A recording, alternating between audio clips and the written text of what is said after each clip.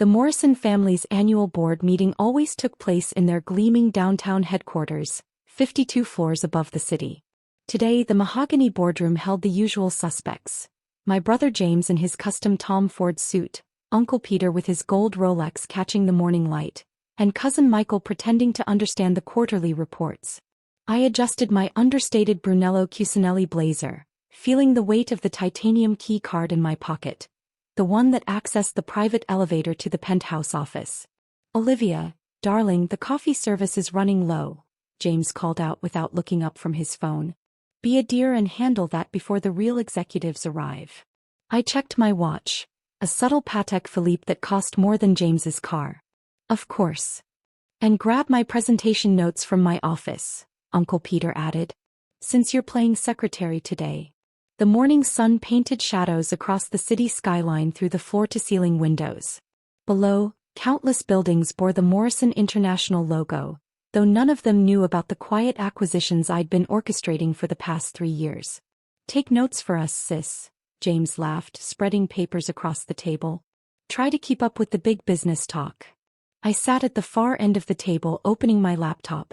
My inbox flashed with urgent messages about the Tokyo merger, the European expansion, and the new tech division's launch. I declined them all. The next hour would be far more entertaining.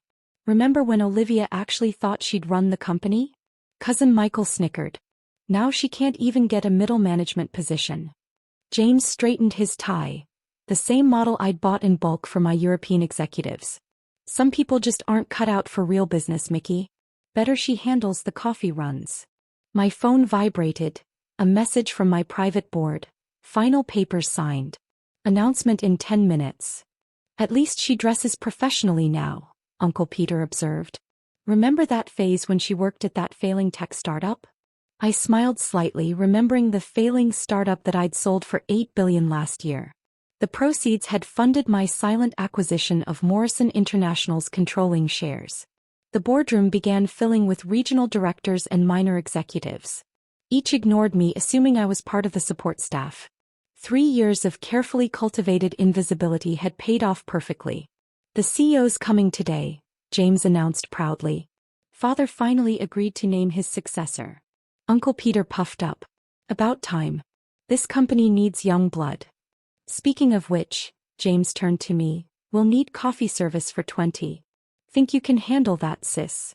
I checked the time. "The CEO prefers tea actually. Green from a specific estate in Japan." "How would you know what the CEO likes?" Michael scoffed. The boardroom doors opened. Harrison, the chief of staff, entered with an anxious expression. "Ladies and gentlemen, please rise. The CEO is arriving." Everyone stood except me. James shot me an angry look. "Olivia, show some respect." "Everyone," Harrison announced, his voice carrying across the now silent room, "please welcome the CEO of Morrison International." I remained seated, smiling as realization dawned on their faces. "Good morning, everyone. Shall we begin?" James's Mont Blanc pen clattered to the floor. Uncle Peter's face turned an interesting shade of gray. Through the windows, the sun caught the Morrison International logo on the adjacent building, the logo I'd secretly redesigned last month. "There must be some mistake," James sputtered. "Father was supposed to." "Father retired last night," I said calmly, standing. "The board approved the transition 3 months ago." Very quietly. "Impossible," Uncle Peter whispered. "You're just the largest private shareholder?" I suggested. "The architect of our Asian expansion. The reason our tech division's value tripled." I moved to the head of the table. "Or did you mean just the coffee girl?" Security personnel entered silently, positioning themselves around the room. My security team hired from the same firm that protected foreign dignitaries. "Now then," I continued, opening the real quarterly reports, the ones showing my secret corporate restructuring, "shall we discuss the actual state of Morrison International?" James slumped in his chair, his expensive suit suddenly seeming cheap. Through the windows, a helicopter approached. My helicopter, right on schedule. But you were nothing," Michael stammered. "Just father's disappointing daughter." I smiled, thinking of the empire I'd built while they were busy underestimating me. "About that morning coffee, James?" I pressed the intercom. Have my assistant bring us the special reserve. You know, from that little plantation I bought last summer. The morning sun reached its peak, illuminating the boardroom and the shocked faces of my family. In my pocket, the titanium key card felt like it was burning, a reminder of how far I'd come while they thought I was just taking notes. The real meeting was about to begin. My assistant entered with the coffee service. Not just any coffee, but the exclusive blend from my private plantation, served in handcrafted bone china cups that cost more than James's monthly salary. The irony wasn't lost on anyone. Now, I said, taking my seat at the head of the table, let's discuss the actual numbers. I gestured to the screens around the boardroom, which came alive with real-time data. Not the sanitized versions you've been playing with. James leaned forward, his face paling as he saw the true scope of Morrison International's transformation. These acquisitions, these numbers can't be right. Oh, but they are, I smiled, swiping through slides on my tablet. While you were busy ordering me around, I orchestrated the largest silent takeover in corporate history. Those coffee runs, board meetings with international investors. That secretary work? Negotiating billion-dollar deals. Uncle Peter adjusted his collar, sweat beading on his forehead. But your office, you work on the third floor. A convenient facade, I replied, pressing another button. The screens showed a map of our global operations, all the companies I'd quietly acquired while maintaining my undercover role. My real office is the penthouse. You know, the one you've been trying to get access to for months. The titanium key card felt heavy in my pocket as I watched their expressions shift from dismissal to dawning horror. Last quarter alone, I continued, pulling up more charts, my technology initiative generated more revenue than all your traditional divisions combined. Those failing startups I supposedly wasted time with, they're now the backbone of our digital empire. Harrison distributed tablets containing the full reports. Around the table, executives gasped as they saw the true numbers. James grabbed his tablet with trembling hands, his Tom Ford suit suddenly looking ill-fitting. The Asian expansion, he whispered, was completed 6 months ago, I finished. Those late nights you mocked me for? I was in Tokyo, Beijing, and Singapore, closing deals while you were posting about your golf scores. A notification popped up on the main screen. The European markets had opened, and Morrison International's stock was soaring on rumors of the leadership change. But father, Uncle Peter started. Fully supported this transition, I cut in. You recognized true business acumen while you were busy playing executive. Those private dinners you teased me about. Strategic planning sessions for this very day. The helicopter I'd seen earlier landed on our private helipad. Through the windows we could see a group of international executives disembarking, my real board members here for the official announcement. Speaking of planning, I pulled up another screen. Let's discuss the restructuring. James shot up from his chair. You can't just come in, Anne. I can and I have, I replied calmly. I own controlling interest through a complex network of shell companies. Companies you were too busy mocking me to notice I was building.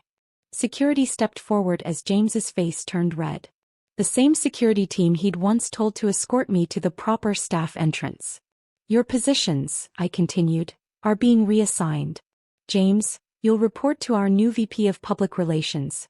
Remember Amanda from the mailroom? Turns out her Harvard MBA and strategic vision are exactly what we need. The mailroom, he choked. Never underestimate someone based on their assigned role, I smiled.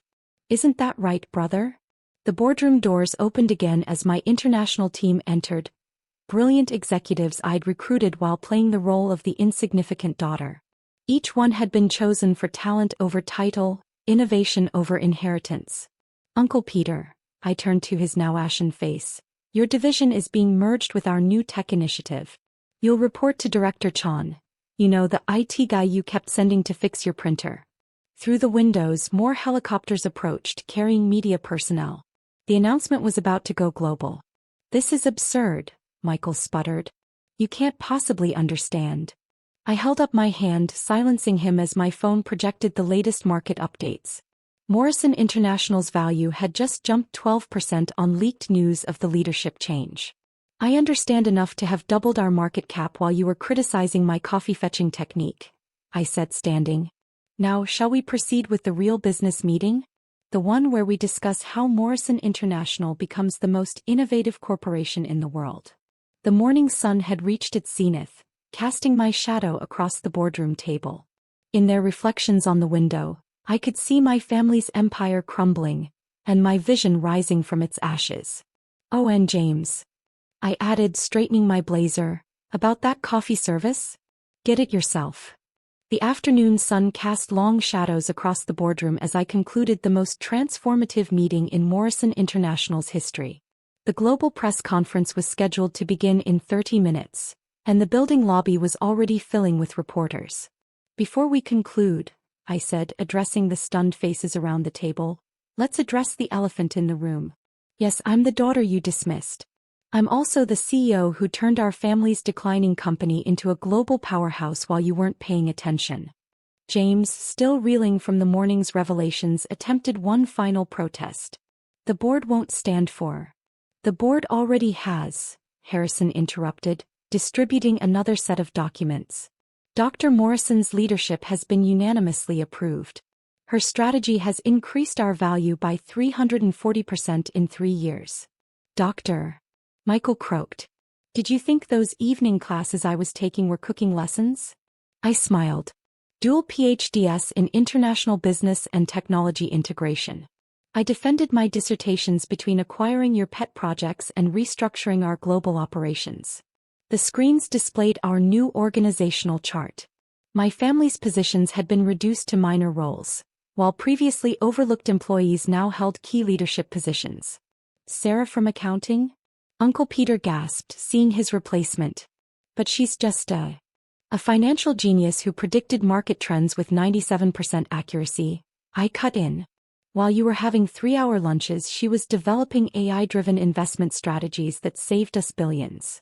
My phone buzzed with congratulatory messages from world leaders and industry titans. My real peers, not the country club associates my family had cultivated. "The art collection in the lobby," James said suddenly, realization dawning. "You changed it last month." "Very observant," I nodded. "Each piece was created by employees you ignored." "That maintenance worker, who changed the lights?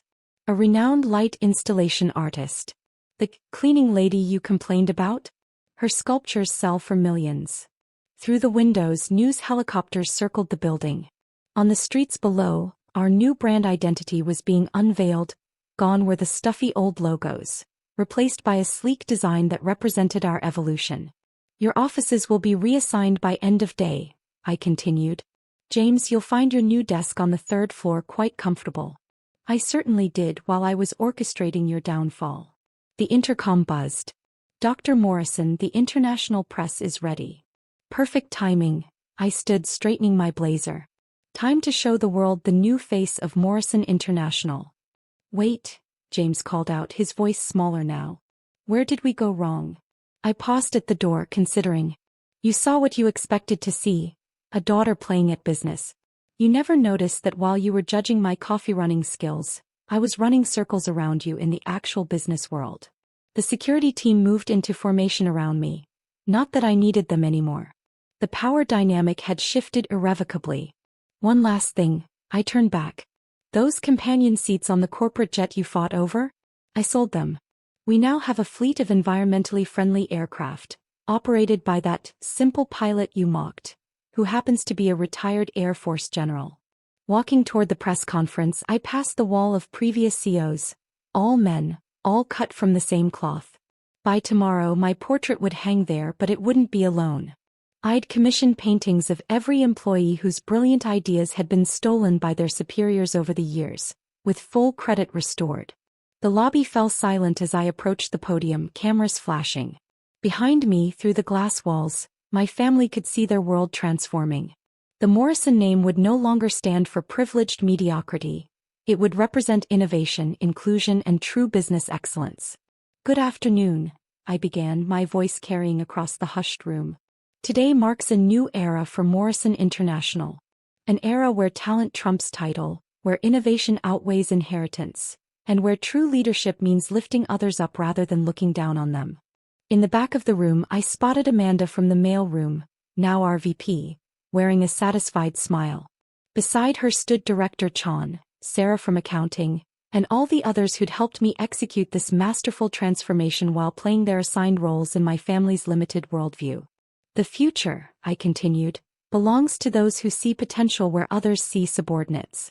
Who recognize that great ideas can come from any desk, not just the corner office. Up in the boardroom, my family watched on the screens as their carefully constructed hierarchy crumbled. But this wasn't about revenge. It was about revolution. Now, I smiled at the cameras, let me tell you about the real Morrison International. The one we built while they weren't watching. The afternoon sun streamed through the atrium's glass ceiling, illuminating the new era I'd crafted from the shadows of their disdain. Sometimes I mused the best way to shatter a glass ceiling is to quietly build your own skyscraper.